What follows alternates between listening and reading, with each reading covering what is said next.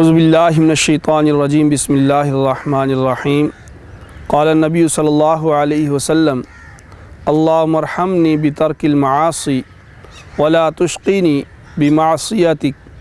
اے اللہ مجھ پر رحم فرما بترک المعاصی، گناہوں کو چھوڑنے کے ساتھ، ولا تشقینی بمعصیتک، اور مجھے بدبخت اور شقی نہ کر اپنی نافرمانی کی وجہ سے۔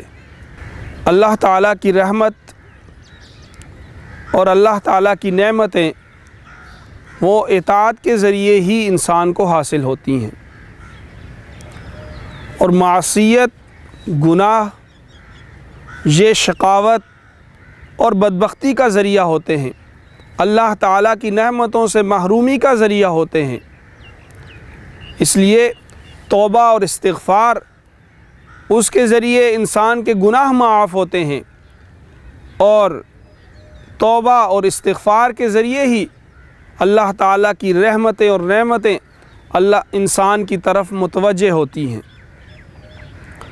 اور جو انسان توبہ اور استغفار سے غافل ہو جاتا ہے، اللہ تعالیٰ کی معصیت میں وہ سرگرداں رہتا ہے، نافرمانی میں وہ سرگرداں رہتا ہے، تو اس کے ذریعے وہ بدبختی کے رستے پر چل جاتا ہے، وہ شقی ہو جاتا ہے اور اللہ تعالیٰ کی رحمت سے محروم ہو جاتا ہے۔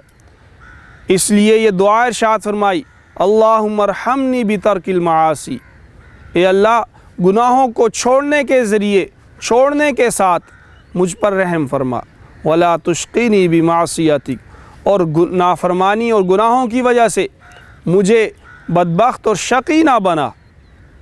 اس دعا کا معمول ہمیں اللہ تعالیٰ کی رحمتوں اور نعمتوں کا مستحق کر سکتا ہے۔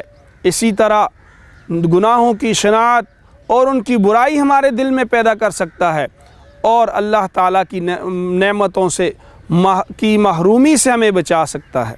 اللہ پاک ہمیں اس پر عمل کرنے کی توفیق عطا فرمائے۔